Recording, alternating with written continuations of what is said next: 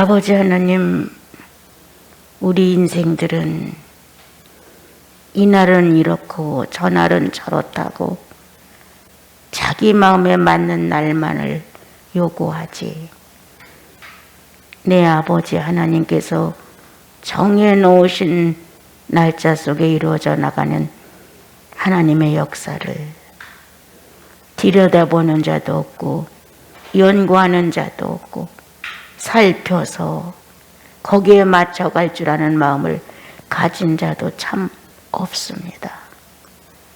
우리는 성령 안에서 하루가 천년 같고 천년이 하루 같은 시제를 주께서 허락하셔서 성령의 사람들은 그 안에서 내 주 예수 그리스도의 구속의 능력이 발휘되는 그 순간의 날들이 하나님의 날이요, 죽었다가 다시 살아나사 하늘에 오르신 부활과 승천의 순간들이 예수인들의 날인 것을, 죽음이 없는 부활과 승천을 요구하는 건방진의 태도는 이런 날은 없었으면 좋겠습니다. 이런 사람은 없었으면 좋겠습니다. 이런 사건은 없었으면 좋겠습니다. 라고 골라 사는 악함이 지금도 있습니다. 주님, 이대로 두시면 볼품없습니다. 이날도 주님의 날이요, 저날도 주님의 날이라. 오늘은 십자가의 못을 박는 날이고 내일은 부활로 일어나는 날이고, 이렇게 그리스도의 한 생의 사건이 모든 성도들 하루하루가 되게 하사 이 땅에서 축복받은 날만이 있었다는 것을 증언하게 하옵소서. 오늘도 온 지교의 모든 성도와 함께 하시면서 주께서 알리고 싶은 아름다운 하나님의 거룩한 사건들이 영혼 안에서 움직이게 하소서. 예수님의 이름으로 기도합니다. 아멘.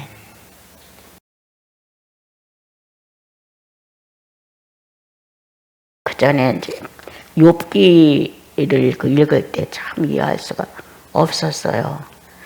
무식한 나는 낱말도 다 찾아봐야 되고 이 낱말이 품고 있는 내용에 대해서도 너무 궁금하고, 그래서 할 수 있는 일은 기도였어요. 성령은 내게 지식을 갖고 오셨으니까 무식한 나에게 이것을 열어 의미는 전달하실 수 있지 않겠는가, 이런 마음 때문에 늘 그 낱말들을 찾아보고 그 낱말을 품어 주님 앞에 기도해보고, 알고자 하는 것은 예수님 한 분이고 그분의 의도는 왜 이런 글을 써야 했는가, 이런 게 내 마음에 많이 그 궁금증이었어요. 이렇게 유식한 말만 많이 있으면 무식한 사람들은 어떻게 예수님을 믿는단 말이냐. 그래서 더군다나 무식한 상태에서 무식한 나는 이 하나님에 대해서 무식함으로 인해서 내가 주님에 대한 어떤 그런 신앙의 모습을 제대로 발휘하지 못하고 살아가는 게 아닐까. 그래서 나는 숙제가 하나 있는데 예수를 바로 하는 것이다. 다른 사람들은 여러 가지로 모든 것이 갖추어져 있기 때문에 이렇게 고민하지 않을 거다. 이런 낱말이 무슨 뜻인지, 왜 이런 낱말 속에 주님은 내용을 포함했는지 난 참 많이 막연했어요. 그래서 늘 주님 앞에 나오면 주님, 오늘도 똑같은 말을 되풀이합니다. 나 소원이 있어요. 뭐냐고 물어보세요. 주님께서 물어보시면 나는 주님을 알고 싶습니다. 이 말을 끝까지 정말 내가 예수 그리스도를 그래도 어느 정도 발견하고 알고 이해하고 실천하고 이러한 예수님에 대한 만족감이 그럴 때까지 난 이 질문을 계속할 것입니다. 나한테 물어보십시오. 너는 무엇을 원하느냐고. 그러면 나는 한결같이 나는 나의 구주 예수 그리스도에 대해서 알고 싶고, 또 아는 데서 그치는 게 아니라 그렇게 살고 싶습니다. 철없이 예수를 믿었던 시대, 잠깐의 짧은 몇 년이었지만 나는 내 만족을 위해서 펄펄 뛰며 예수를 믿었습니다.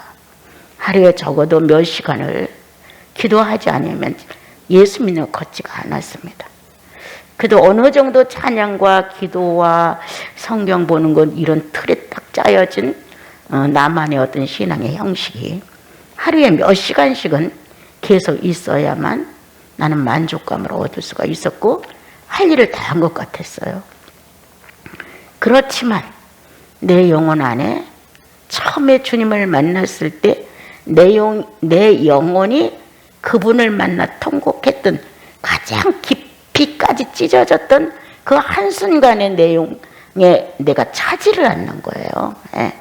그래서 어떻게 이게 그때 내 영혼이 그 암흑에서 찢어지면서 빛이 들어왔고 그 빛에 의해서 나는 새로운 의식으로 하나님을 아버지라 부르면서 뭔가 주고받은 내용이 너무 확실했기 때문에 그 자리에서 주님을 알고 싶은데 이게 안 되는 거였어요. 그래서 어떻게 하면 주님을 알까? 이런 이제 마음으로 주님을 찾았죠. 조금씩 눈이 떠갔고 어느 날 주님께서 저를 긍휼히 여기시고 불쌍히 보시면서 살아있는 말씀에 의지할 수 있도록 저를 축복해 주셨습니다. 아니, 무식한 나는 이건 내 생각대로 한 거 아닐까? 알지 못하는 나는 혹시 이건 내가 내 마음대로 해석하는 거 아닐까? 정말 어떤 것이 내 속에 이렇게 와도 자신이 없는 거예요. 이게 확실한지. 또 이게 확실하다고 어떻게 증명할 만한 재료도 없고 책도 없고 아무것도 없고 성경 한 권이 있는 나는 이게 정말 자신 있게 말할 수 있는 걸까? 이렇게 내 개인의 신앙으로 성령의 어떤 감동만을 얘기한다고 하는 것은 이게 안 되는 거예요. 있을 수가 없는 것 같은 내 마음에. 다른 사람들도 각자가 감정이 있으니까 자기의 감정대로 예수님을 느끼고 또 말할 수 있지 않겠는가? 그럼 예수 그리스도는 천갈래 만갈래로 흩어져 나가는 거예요. 뭔가 진리하면 이게 딱 부러진 게 있잖아요. 그 안에서 잡히는 게 있어요. 진리 그러면 어선해졌던 것이 딱 단정해지는 것 같은 거예요. 흩어진 것이 딱 단점으로 모이는 것 같은 거예요. 질서가 정확하고 이 진리라는 이 단어 안에 포함되어 있는 그 내용은 엄청난 능력과 힘을 가지고 있더라고요.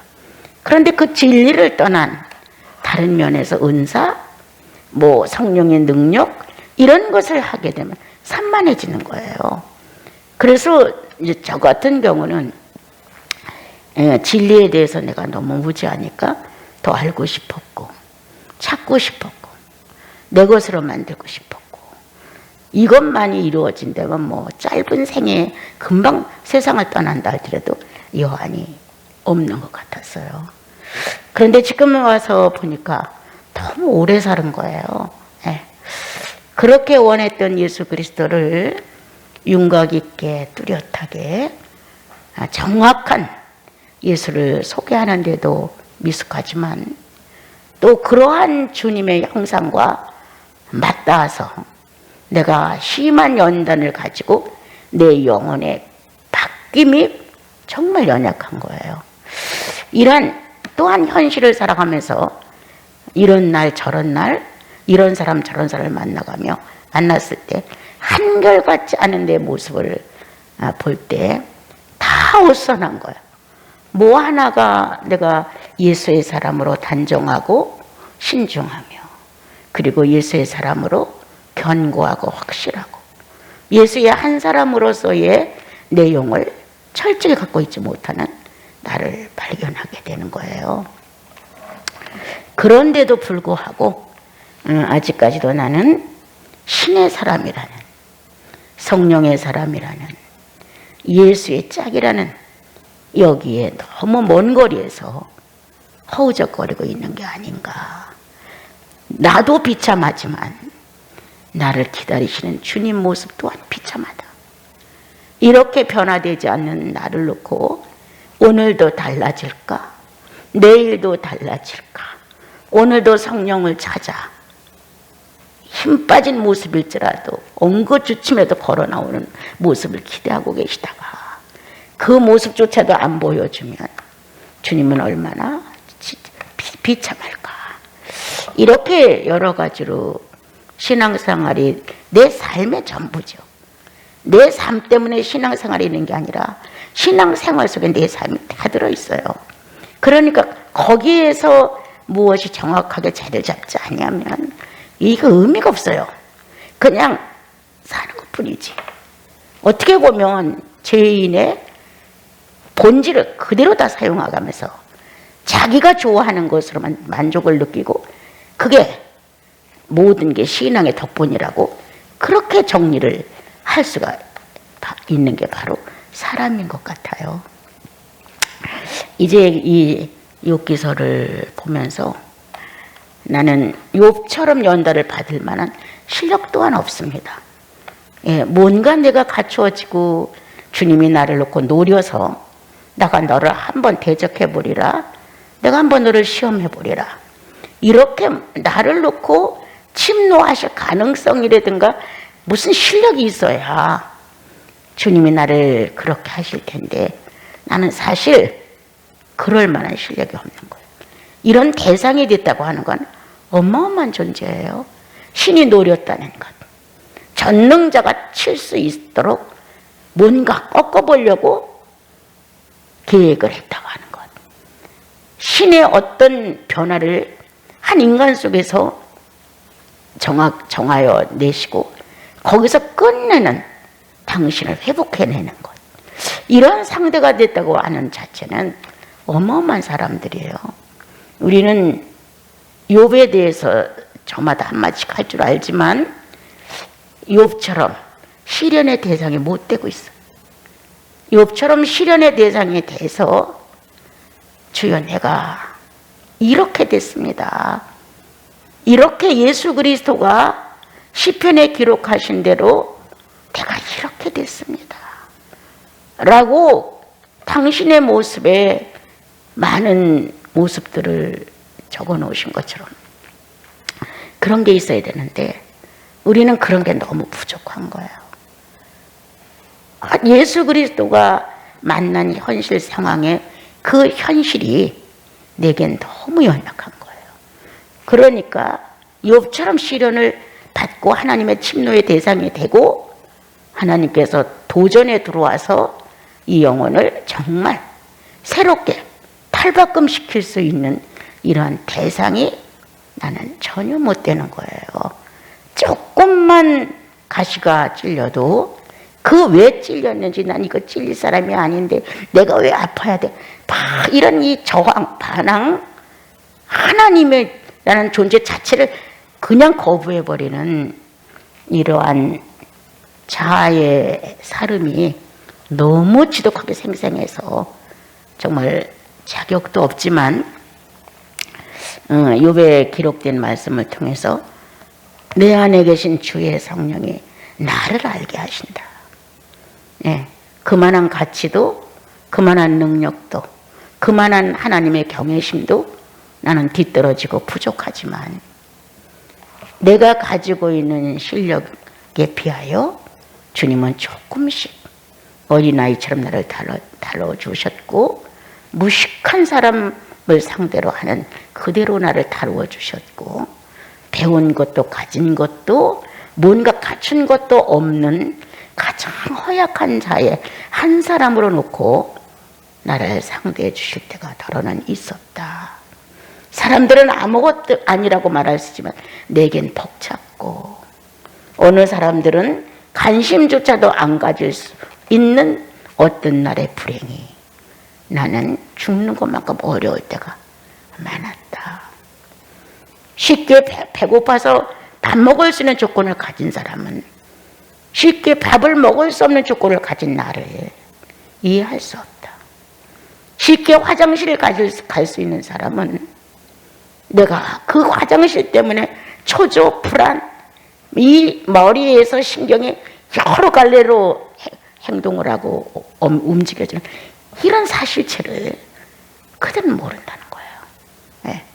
이러한 이제 삶을 살아가면서 장애를 느끼는 내 이 육체 때문에 더러는 곤고한 자의 마음을 이해할 수 있었다.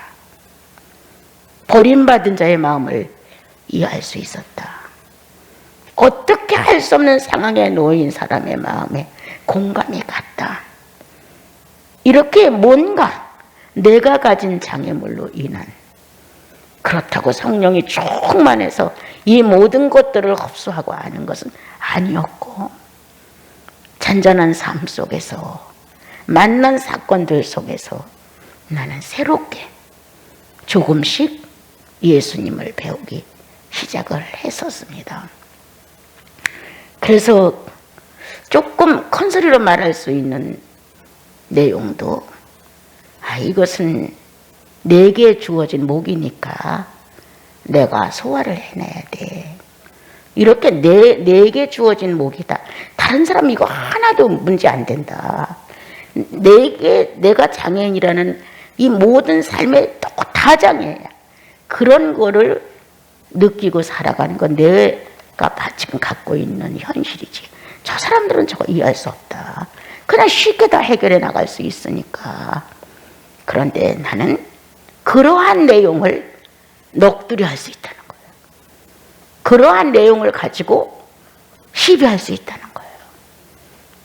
건강하고 스스로 자기 생활을 척척 잘 해가는 사람을 놓고 왜 너희들이 나를 어떻게 알아? 너희들은 조건이 좋으니까 하고, 오히려 그들이 가지고 있는 조건을 나는 저주받은 사람의 마음을 갖고 앙심을 품을 수도 있고, 내가 무식하니까 네가 나를 건드려? 이렇게 무언가 삐뚤어진 하나님의 창조 근원을 대적하는 내용을 내가 갖고 있다는 거예요. 다른 사람은 3-4가지밖에 안 되지만 나는 100가지도 넘는 상황을 거쳐가야 하는 거예요. 예. 그럼 이 100가지도 넘는 이 장애물의 어려움을 성령이 같이 가신다는 거예요. 다른 사람은 1-2가지, 자기 인생에 가장 어려운 게 1-2가지나 3-4가지밖에 안 되는데, 나 같은 건 사사로운 데서부터 가장 이겨낼 수 없는 문제까지 합친다면 이게 100가지도 넘는 거예요. 이러한 상황 속에서 내가 예수를 인정한다. 어느 날 주님하고 교제를 하다가 가슴이 뜨거워지면서 콱 이렇게 눈물이 쏙 꽂혔어요. 골수에까지 사무쳤습니다 라는 고백을 하게 됐어요. 예수라는 이름이 내 골수에 사무쳐 있습니다. 사생활 전체에서 감정이 요동할 때마다, 뭔가 내가 살았다는 의식이 발동할 때마다, 뭔가 불편하다는 내용이 있을 때마다 나는 나를 압니다, 주님. 그때 내가 이길 수 있었던 것, 예수라는 분. 자신이 찔리고 찢기고 쪼개지고 빨개지고 아주 막 인간의 막바지에 비참함을 경험했던 그분이 있었기에 나는 그때 상황 속에서 구원을 받았습니다. 결코 믿음이 있는 것도 아니었고, 기도를 많이 해서 신령해서 넘어간 것도 아니라, 내가 고통을 느낄 수 있는 자아의 저항은 충분히 죄를 낳을 수 있었습니다. 그런데 예수 그리스도가 채찍에 맞은 거야. 그리스도가 가시관을 쓰신 거야. 그리스도가 뺨을 맞는 거야. 침뱉음을 받은 거야. 이런 관계에 인생을 살지 않는 사람들은 예수님 이해 못해요. 그러한 주님이 존재한다는 사실이 내게는 내 크고 작은 죄를 지을 수 있는, 인생의 본능을 발휘할 수 있는 내 자아를 정리할 수 있게 하셨다는 거야. 그래서 내 뼈에 골수에까지 예수라는 이름이 차 있습니다. 삶 자체가, 살아가는 이 자체가 그리스도의 이 비정상적인 삶의 모습이 없었더라면 나는 이 길을 갈 수 없었습니다. 보는 대로, 듣는 대로, 느끼는 대로 말하고 싶은 대로 자유의 행위를 해가며 마음껏 본능으로 말했을 것이다. 행동했을 것이다. 그런데 거기에 그리스도가 계셨습니다. 털 깎는 자 앞에서 잠잠한 양과 같이 수천 수백의 정말 그들의 언어를 그냥 묵살시켜버린 주님의 침묵이 있었습니다. 내가 왜 이렇게 돼야 돼? 내가 하나님이고 하나님의 아들이고 이 백성을 건져주기 위해서 왔고 인류를 대속하기 위해서 하는데 내가 왜 이런 푸대접을 받고 이렇게 잔악한 무리들 속에서 죄인이라는 누명으로 내가 왜 죽어야 돼? 이러한 반감의 0.1이라도 있었더라면 나 과연 내 현실의 예수로 견딜 수 있었을까? 그런 모습이 전혀 없었다는 것을 그분이 말해서가 아니라 거듭난 내 영혼이 알았어요. 그래서 사건이 밀어닥치면 내 영혼 안에 그분의 모습이 등장이 되는 거예요.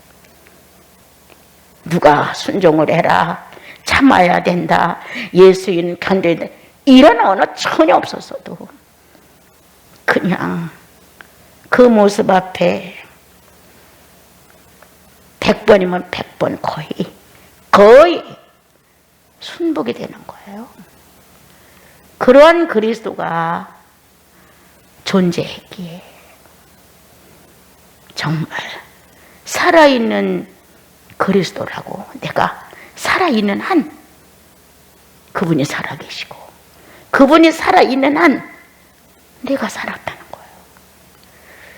그래서 정말 추한 모습, 정말 남이 봤을 때 인상을 찌그릴 수 있는 그러한 모습을 계속 재현하지 않고,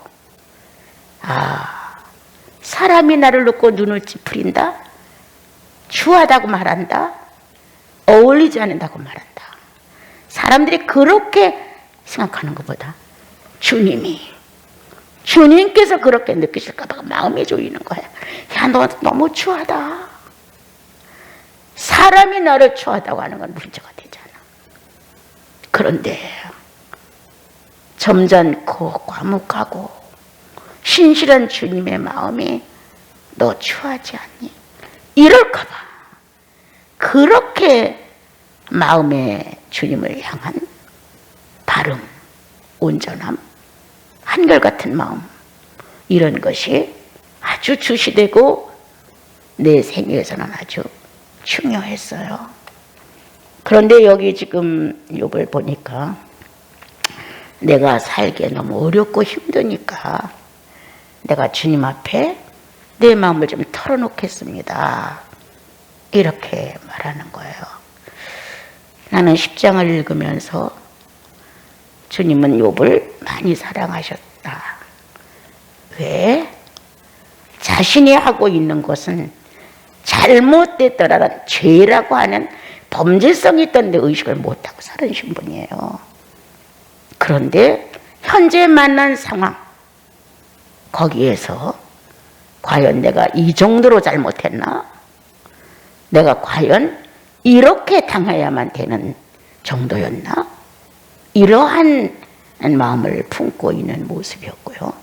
자기는 그래도 다른 사람과는 달리 모든 면에 우수하다고 생각을 했는데 친구들이 나타나 정죄하는 것처럼 욥에 대한 약점을 말할 때 자기는 정죄받을 수 있는 사람이 아니라는 거예요.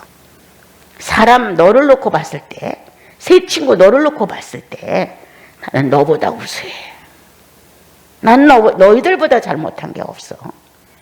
나는 너희들과 견족할 만한 그렇게 삶을 살지 않았어. 그런데 너희들이 나를 정죄하는 내용에 대하여 내가 눈을 감았었다, 아니라고 부정 못하겠다는 거예요. 이 갈등이 엄하게 힘든 거예요. 나는 그런 사람이 아니라고 말하지만 새 친구가 전달하는 내용을 아니라고 100% 거부할 만큼 자신이 없는 거예요. 그게 가시되어 찌르고 화살되어 맞춰지고 뭔가 정확한 관역판에서 그렇게 화살이 꽉 박히는 것처럼 기라고도 말할 수 없고 아니라고도 말할 수 없는 거예요. 왜?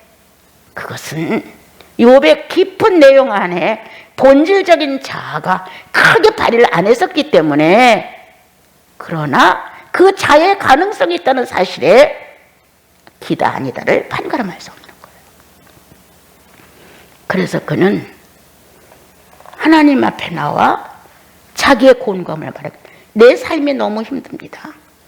나는 이렇게까지 했다고 생각지 않는데 나는 악인처럼 대우를 받고 있고 나는 큰 죄를 진 사람처럼 내가 정죄되어 가고 있습니다. 이렇게 말하고 있다. 사실 욥은 자기의 상태를 말하면서도 자기 상태가 그렇다고 인정을 안 하는 겁니다. 오늘 우리들을 한번 돌아보면 자기 자신을 어디에다가 관역을 맞추느냐? 사람 수준에다가 맞춥니다. 사람 수준에다 맞추고 자기보다 못한 사람 수준에다 맞춥니다.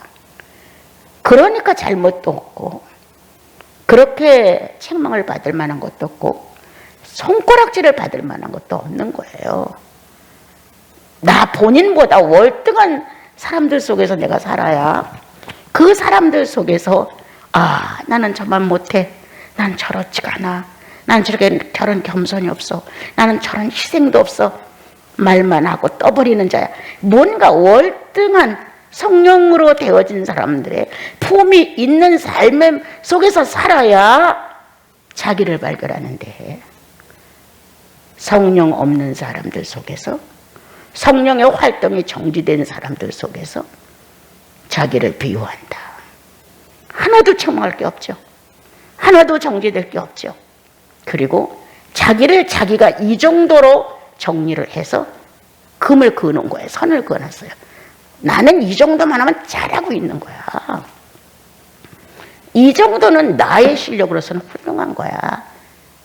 그 정도 때문에 다른 사람의 피해를 보고 어렵고 힘든 거에 대해서 생각을 안 하고 나는 내 실력에 맞춰서 이 정도로 하고 있는 건 잘한 거야. 자기가 경계를 정해서 자기는 잘하고 있는 거예요. 삼자들이 보고 아니라고 피해를 보고 어려운데도 불구하고 자, 있어서 남을 많이 돌아보고 구제를 했다. 하나님께서 많은 것들을 축복하심으로 인하여 마음에 충만함이 있었다. 그건 그 사람이 가지고 있는 범위 안에서의 일이었어요.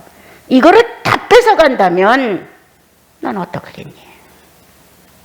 하나님이 너를 버린다면, 너에겐 어떤 것도 불가능하다면 너는 어떡하겠느냐? 그런데 자기는 불가능한 것 같지가 않은 거예요. 자기는 버림을 받을 것 같지가 않은 거예요. 자기 자아 스스로 자아 도취의 만족을 가지고 자기가 정해놓은 치수 안에서 살기 때문이에요. 우리는 우리 자신이 죄인의 잣대에다 놓고, 그것도 하급의 죄인들이 사는 모습에다 자기를 놓고 기뻐해요. 나는 저 사람 같지는 않아. 난 저 정도는 아니야. 나는 내가 가지고 있는 실력만큼 최선을 지금 다하는 거야. 이렇게 나가는 거예요. 그러면 육체적인 사람이 가진 데다가 육체적인 기준으로 판단해 보는 것이다. 자, 정신적으로 훌륭한 사람들, 혼적으로 뛰어난 사람들, 지식을 갖추고 인격적인 사람들, 자, 그 수준에 있는 사람들은 또 그 수준에서 완고하고 완벽하고 뭔가 다른 사람보다 다르다는 의미를 갖고 살고 싶고, 그 욕망으로 이미 또 경계가 정해져 있는 거예요. 그 선에서 자기는 의인인 거예요. 그러나 나와 여러분은 육체의 한계 속에서 경계를 놓고 자랑하지 않는다. 만족하지 않는다. 이거는 내 수준이라고 스스로 결정해 놓은 범위 안에서 아주 최하의 생활을 하면서도 남에게 얼마나 많은 피해를 주고 있는지도 생각하지 않는다. 주님은 어느 날 이러한 나를 정죄의식으로 찔러오셔서 정죄를 느끼고 고백을 하는 거예요. 주님, 내가 육체의 한계에 머물러 있었습니다. 그래서 육체로 모든 걸 판단하고 기준하고 살았기에 나는 육체 이상의 넘은 생활에 대하여 원하지 않았습니다. 뭔가 성령의 사람은 육체의 생활에 오래 머물러 있으면 주님은 육체에서 떠나라고 경고한다.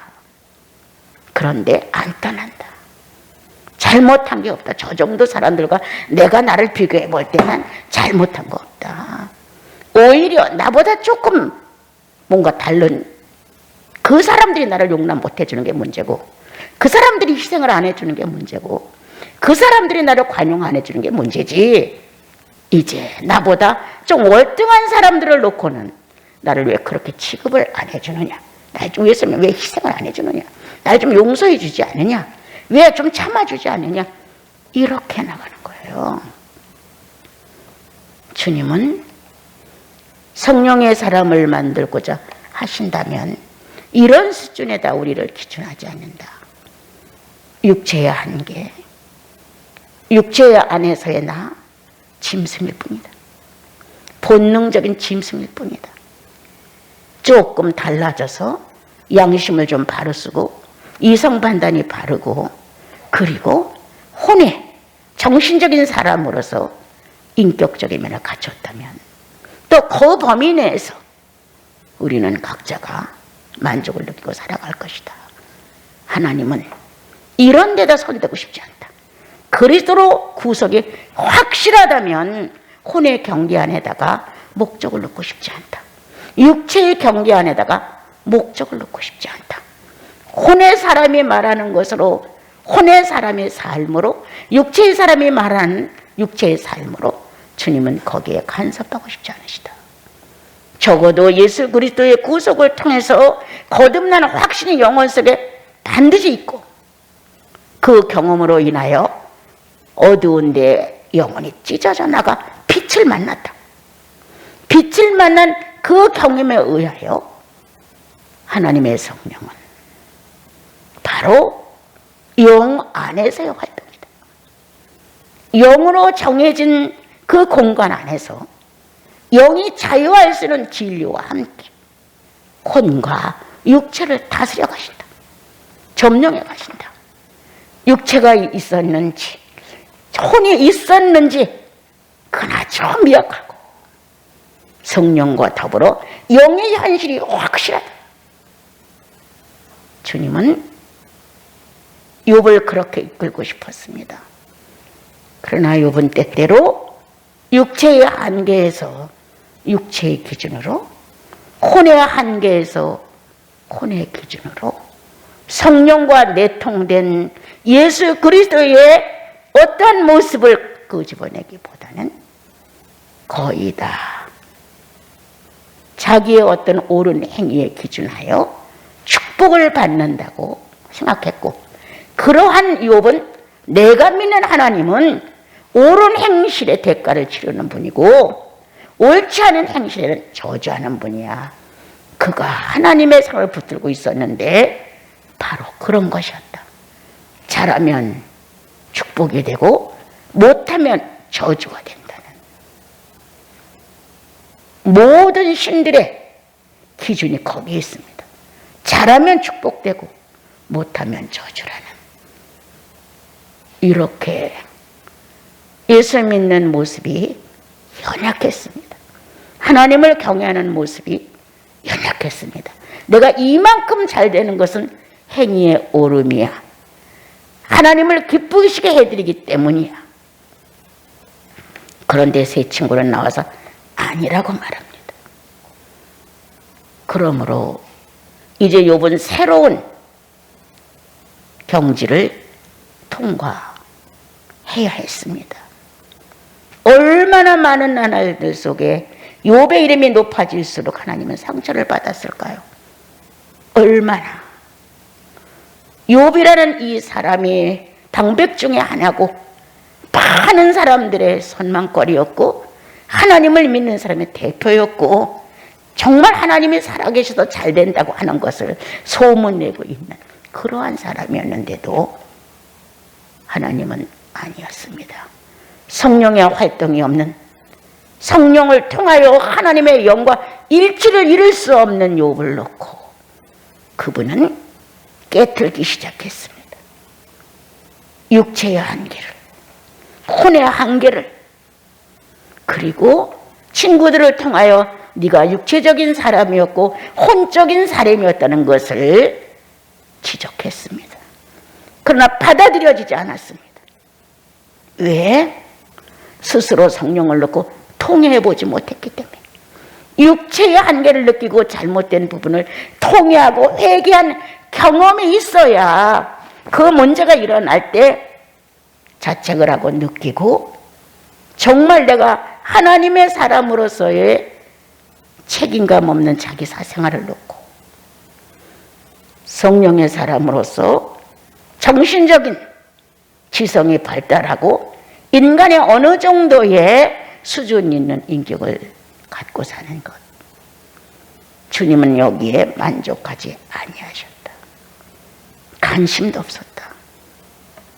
이제는 주님의 목표는 그가 성령의 사람이 되는 것이다. 7절을 보게 되면요, 이 욥은 끝까지 자기 나의 허물을 찾으시면 나의 죄를 들춰내시나이까? 당연히 있죠. 당연히 허물과 죄가 있음을 본인이 찾아내야죠. 본인이. 성령이 있어야 본인이 찾는 거예요. 성령의 역사가 있어야 약점을 찾는 거예요. 성령의 역사가 없기 때문에 새 친구를 통해서 내가 그러한가? 그래서 저렇게 저들이 나한테 와서 이렇게 비난의 말을 하는가? 이렇게 되는 거예요. 성령의 사람은 사건이 터져야 아느냐? 아니다. 성령의 사람은 누가 지적을 해줘야 아느냐? 그것도 아니다. 성령의 사람은 성령 안에서 발견한다. 내 허물이 너무 크고 내 죄성이 너무 커서 육체와 혼과 연합되어서 하나님을 작정하고 거부하는 모습도 발견하면 우리는 성령의 어떤 고백을 하게 하는지를 알게 됩니다. 기껏해 거칠해. 주여 내가 오늘 이렇게 했습니다. 기껏해야 율법을 놓은 10가지 범위 안에서의 몇 가지. 이 정도 외에는 성령과 관계된 신적 관계에 이 놀라운 사건을 놓고 가슴을 치지 않는다는 거예요. 그리고 이 정도 허물과 이 정도 죄 없는 사람이 어디 있습니까? 여러분. 아니죠. 그리스도의 구속을 받다면 욥이 정말 하나님의 독생자, 하나님의 인자가 어떠한 생애를 마치고 나를 구원했다는 사실이 이미 구약도 다 조금씩 다 예수 메시아 그리스도를 만났단 말이에요. 그것이 성령 안에서 비춰졌다면 내 허물을 찾아내시나이까? 내 죄를 지금 뒤지고 계시나이까? 그는 겸손한 마음으로 주여 당신이 내 허물을 뒤지시나이다. 당신이 너무 오래 참고 견딜 수 없어 내 범죄를 밝히셨나이다. 이 자색은 드리는 거예요. 성령의 사람은 긍정적이게 성령이 하시는 일을 상대가 지적을 해도 긍정적인 거예요. 네 잘못이니까. 그런데 욥은 그렇게까지는 하지 않으셔도 괜찮습니다. 내가 그동안 주님께 한 게 얼만데요. 이렇게 할 정도로 그의 자는 겸손으로 길들여지지 않았습니다. 그의 자아는 나사렛 예수를 만난 관통이 없었습니다, 여러분. 그러므로 7절에 가서 내가 악하지 않은 줄 아시나이다. 오늘날 육의 경계 안에 살면서도 이 정도죠. 자기를 이렇게 평가하죠. 혼속인 생활 속에서도 나는 그렇게 악하지 않습니다. 혼과 육이 혼합되어서 지멋대로 살면서도, 감정까지 속여가며 살면서도 주여, 주께서 나를 살피시니 내가 죄 없음을 당신이 아셨나이다. 이렇게 말할 수 있다는 거예요. 그래서 7절에서 주의 손에서 나를 벗어나게 할 자가 없나이다. 내가 악하지 않은 줄을 아시나이다.